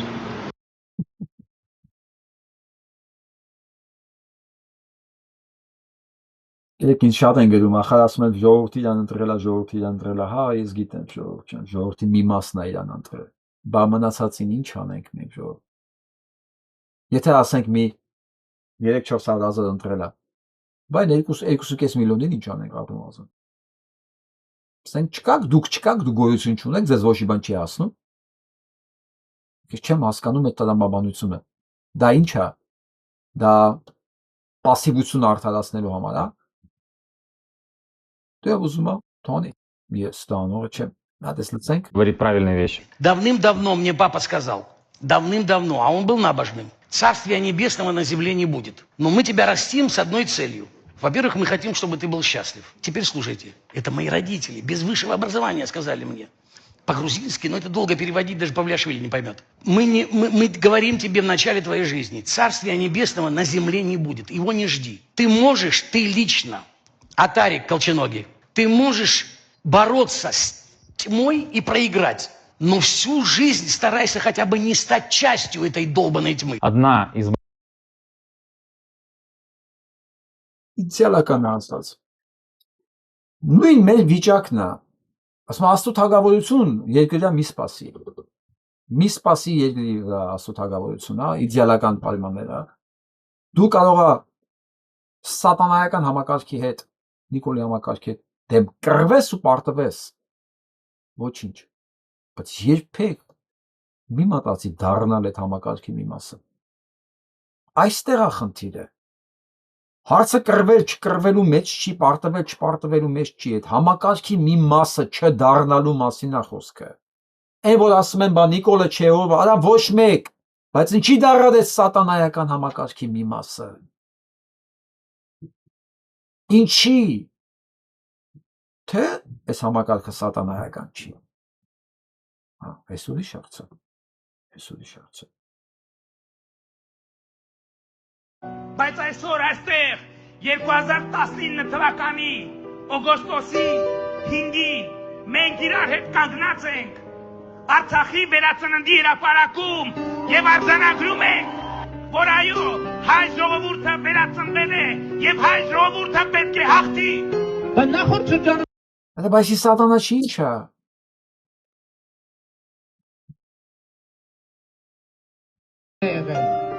Ինչով է մի հատ բացատրեք ինչով է մերը եղել։ Մերը չի եղել։ Մերը չի եղել։ Այս ինչով սատանա չի։ Դու սկսես ես սատանայի միամ պարտվել ամոթ չի, ուժը չպատել ամոթ չի, ամոթը կեղտոտ համակարգի մաս դառնալն է։ Դա եմ ասում։ Թող մնան նրանք Նժդեի խոսքերով, ովքեր բարյապես չեն մերել ու չեն ուզում այդ սատանայական համակարգի մի մասը դառնալ։ մենք կստեղծենք մեր համակարգը։ Որովհետև այս համակարգի դեմ կարելի է պայքարել մենակ այլ համակարգով։ Անհատական պայքարը այդքան արդյունավետ չի։ Ես ասեմ ավելի խելամիտ չի։ Համակարգով է պետք պայքարել։ Որ արդյունք լինի, եթե ինքնախապեյությունով չենք ուզում զբաղվել։ Սա Թբիլիսիում հայտնաբերված Մելիք Ազարյանցի բնակելի շենքի հարկերն են։ 3 հարկ ներքև, մեծ, բարձր, հաստ պատերով, աստիճաններով, սանհանգույցներով, ջրի մատակարարման համակարգով, կես մեկ քանդելուց են գցել,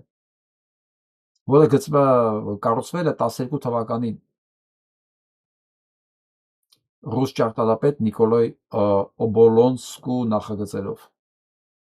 Սա ասում է Թբիլիսի առաջի բազմաբնակարան շենքն էր ու հայինն էր։ Ես որ ասում Վրաստանի հետ մենք լիքը խոսալու բան ունենք, բարեկամություն պետք է անենք։ Այո, հենց այս ֆոնի վրա, որտեղ այնքան ընդհանուր բան ունենք։ Բարեկամություն, բայց ոչ թե արա էսի հիմնա, արա ես դա հիմնադիրն եմ, ով էիր դու բան։ Չէ, էսի մեն եղել, էս ընդհանուր է եղել։ Որովհետև Հայաստանում հնարավոր չէ այդքան ապրել։ Այսինքն Հայաստանում այն չէր ինչ որ Թիֆլիսում էր, մտավորականությունն անդեղ էր։ Ինչի Երևանում չէր Թիֆլիսում էր։ Որովհետև կենտրոնն էր Թիֆլիսը։ Ոնց կարելի է դրա շնորհակալություն չասել, որ դու ուրիշ երկրի մեջ իր կենտրոնում, իր մայրաքաղաքում ծաղկեցել ես քո պոեզիան, քո արվեստները, ոչ չասես շնորհակալություն։ Քո երաժշտությունը, ոչ չասես։ Սա մի բանը, mən ուղղակի չգիտեմ ով է որոշել, որ հայերին ու վրացիներին միշտ պետք է կռվացնել։ Այն կողմից էլ են բան արել։ Պետք է ուղղակի գա մի օր մեկը, որ ասի, եղբայր։ Հիմարությունն է։ Մենք ընդհանուր պատմություն ունենք։ Մենք իրար հետ ենք ստեղծել։ Ճիշտ է, քո քաղաքապետներից ընդամենը 2-ը հայ չեն եղել, մնացած բոլորը հայ են եղել։ Բայց սա ձեր քաղաքն է եղել, որտեղ մենք լիքը ձեր համար ներդրում ենք ունեցել, որտեղ սիրել ենք այս քաղաքը, հենց այդպես։ Ոնց է մարդ մի տեղ որ ապրում է սիրով մի բան անում է, մենք այդպես ենք արել, բայց ոչ մի բան չունենք, էսի ձեր քաղաքն է։ Այսքան բան։ Ինչի չեն կարողանում անել բարդ բանալ, թե ուղեղներս չի երեքում երևի։ Սա Watertown-ն է։ Արցախի փողոց։ Մասեքյուսեթս։ Այստեղ է թաղված դդում։ Այստեղ է ամենամեծ դաշնակցական կենտրոններից մեկը Ամերիկայի Միացյալ Նահանգներին։ Ես գիտեմ, որ Հայաստանում ասոցիացիան դաշնակ որ ասում ես, մարդկանց մոտ գնում է ասոցիացիան դեպի հայաստանյան դաշնակները։ Դրանք ոչ մի ընդհանուր բան չունեն դաշնակցության հետ։ Իրականության հետ ոչ մի ընդհանուր բան չունեն։ Ու բոլորին պարտադիր չի մանավանդ այս վերջերս դաշնակցության շատ դրական ակտիվությունը, շատ անկախ եւ դրական կառուցողական ակտիվությունը, որ ես տեսնում եմ ու անդրադառնում եմ եւ շնորհակալություն եմ հայտնում։ Մի բան, որ առաջ չկար։ Արգելի ժողովուրդ իմ։ Սա ընդամենը մի փոքրիկ ժեստ է, ընդամենը մի փոքրիկ ժեստ եւ մի փոքրիկ ապացույց, թե մենք ինչ ռեսուրսներ ունենք աշխարհով մեկ։ Որ կարող է մեր քաղաքական, պահանջատիրական պահանջները դարձնի հանրային, դարձնի քննարկման առարկա, դարձնի նույնիսկ պարտադրի պետությունների քաղաքականության մեջ։ Մի փոքրիկ էպիզոդ է սա, փոքրիկ։ Մեր խնդիրը այս ռեսուրսը մի օրակարգի շուրջ բերելն է։ Այս ինքնաճանաչում շարժումը դրան է ուղղված։ Այս ամբողջ ռեսուրսը օրակարգի շուրջ բերելը, որտեղ իշխանություն չենք բաժանում, օրակարգ ենք պարտադրում եւ Հայաստանին եւ աշխարհին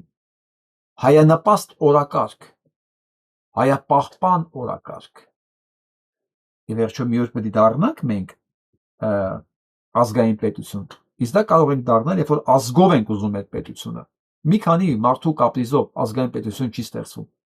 Պետք է ազգը ուզենա, որ ունենա ազգային պետություն։ Իսկ դա ձևակերպել է պետք։ Իսկ դրան կարգ ու կանոն է պետք տալ, կառուցվածք է պետք տալ։ Այդ է մենք փորձում անել։ Գրեք նրանք, ովքեր ուզում են լինել այս մեծ գործի մի մասը։ Գրեք կոմենտներում, թողեք ձեր հեռախոսահամարները WhatsApp եւ ես կզանգեմ։ Մենք ուզում ես տհաճ տեսարանը նայեք։ Հլա դու իչի։ Իչա։ Հլա իչի։ Իչա։ Ես ոնց է տեսպո։ Իչի։ Ասպեմ իչի դե դավայ։ Իչի ասում։ Ոչ այդ մարդիկ հետեն իշնի։ Ես ընդամենը մի հատ երթուղայինի վարորդ է, որին ասել են մի ծխի։ Ընդամենը։ Հիմա կարելի ասել դե լավ էս ինչ դեպք է որ անդառնում ենք, չէ ժողովուրդ։ Սա ընդամենը էպիզոդ է մի բանի, պատճառի հետևանքային կապերի, որ եթե լիներ Հայաստանում կարգ ու կանոն վերևից սահմանած, երթուղայինի վարորդը կհասկանար, որ ինքը չի կարա այս ձևով խոսալ քաղաքացու հետ, ինքը չի կարա ծխի, բայց ինքը ոչ միայն ծխում է, հələ ասում է իջի ծեծեմ քեզ կամ իջի քեզ մի բան անեմ մեքենայից, հա, որովհետև գիտի օրենք չկա, իրան ոչ մեկ չի ասելու, գնացիր, ոչ մեկ իրան պատասխանատվության չի ենթարկելու, այս համատարած, այս բարդակը որ կա Հայաստանում համատարած,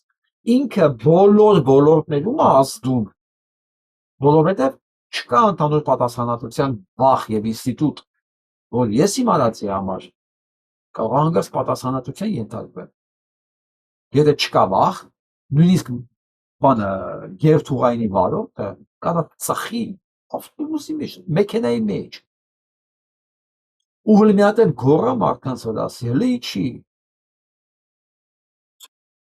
Եվ ասում, եթե օրերի չկա խփում է բոլորին, հիմա այս մարդը որ ասում է, ում ինքը ասում է իջի, կարող է ինքը Նիկոլա Անդրե, մտածելով որ ինքը Նիկոլա Անդրե, այս ամեն ինչը իր վրա չի գալու, չէ, ընկեր։ Եթե դու ընտրել ես այս կարգ ու կանոնը, մի ինչ որ ձևով գալու է կանգնի դռանդ, դա կլինի երթուղայինի վարորդի վերաբերմունքով, չգիտեմ, շինթույլտվություն տվածի վերաբերմունքով, որը կգա քո տանդեմը մի հատ շենք սարքի, դու ոչ մուտք ունենաս, ոչ երթ ունենաս, ոչ էլ արևտ ունենաս։ Որովհետև մի բարձ պատճառ դու ընտրել ես անօրինականությունը, դու ընտրել ես քաոսը։ Եթե քաոս է, դու ո՞նց կարող ես դրախտում ապրել։ Դու ընտրես քաոսը, քո շուրջը լինի քաոս, ու դու ապրես դրախտում, չի լինում նման, հնարավոր չի։ Հաղորդման վերջում ուզում եմ լսենք միասին սա։ 20-րդ դարի։ Իսկ դուք գիտեիք, որ մինչև 20-րդ դարի կեսերը ադրբեջանցի ազգ ընդհանրապես գոյություն չուներ։ Ինչու Լենինը եւ նույնիսկ Ստալինը երբեք չհիշատակեցին ադրբեջանցի անունը եւ արդյոք կարելի է հորինել ազգ առանց անցյալ ունենալու ու հետո հետին թվով գողանալ ուրիշների պատմությունը։ Առաջին տպագրության մեջ Ադրբեջան անունը վերաբերվում է բացառապես իրանական ատրպատականին։ Որևէ կովկասյան Ադրբեջանի մասին հանրագիտարանում խոսք չկա։ Հանրագիտարանի նոր հրատարակության մեջ կարդում ենք. Թուրքիան վերագրավեց Կարսը եւ Արդահանը, բռնագրավելով կցեց Երևանից հարավ-արևմուտք ընկած Իգդիդի շրջանը, ինչպես նաեւ պահանջեց, որպեսզի Նախիջևանը ձևակերպի որպես ինքնավար թաթարական հանրապետություն։ Իսկ Ղարաբաղի մասով նշվում է, որ նախկինում այն հանդիսացել է Հայաստանի Արցախ նահանգը, որը 1918-ից 1920 թվականներին ազատ էր օտար տիրապետությունից։ Եվ ոչ թե մուսավաթական Ադրբեջանի մասն էր, ինչպես պնդում է Ազերպրոպը, ընդամենը 170 տարի առաջ Ձյուման Կովկասում չէր հանդիպել ոչ մի Ադրբեջան կոչվող երկրի եւ ոչ էլ ադրբեջանցի անունով ժողովրդի։ 1913 թվականին հրապարակված էր մարքսիզմը եւ ազգային հարց հոդվածում Իոսիֆ Ջուխաշվիլիին ապագա Ստալինը 11 անգամ հիշատակում է Կովկասի թաթարներին, բայց ոչ միտեղ չի կիրառում ադրբեջանցի բառը։ Այսպես քաղաքական որոշմամբ ձևավորվեց ադրբեջանցի ինքնանունը, որպես թուրքալեզու մահմեդական բնակչության միասնական կարգավիճակ։ Այն, ինչ դարեր շարունակ կոչվում էր թաթար, կովկասյան թուրք կամ մահմեդական, սկսեց պաշտոնապես ներկայացվել նոր անվան տակ, արդեն իսկ խորհրդային իրականության պահանջներին համապատասխան։ Իսկ դուք գիտեիք, որ մինչև Դե, Ժորժ ջան։ Սա է։ Չնայած այս ամեն ինչին, հիմա իրանք մեզ պայմաններ են թելադրում, թե մեր սահմանադրության մեջ ինչ պետք է ունենանք, ինչ պետք է չունենանք, ինչ պետք է ուզենք, ինչ պետք է չուզենք, որտեղ մենք կարող ենք ապրել, որտեղ մենք չենք կարող ապրել։ Գիտեք ինչ են թելադրում, որովհետև կարողացել են իրանց հպատակ տականքների նշանակել Հայաստանում կառավարություն։ Վերջ։ Ուզում ենք մենք սա հանդուրժենք։ Ես չեմ։ Եվ թող ինձ միանան նրանք, ովքեր համաձայն չեն։ Ես ամեն ինչը հանդուրժեմ։ Թողեք հեռախոսը համար, թողեք իմեյլը, եւ մենք իրար գործ ունենք անել։ Այսօրվա համար այսքան։ Ամինց։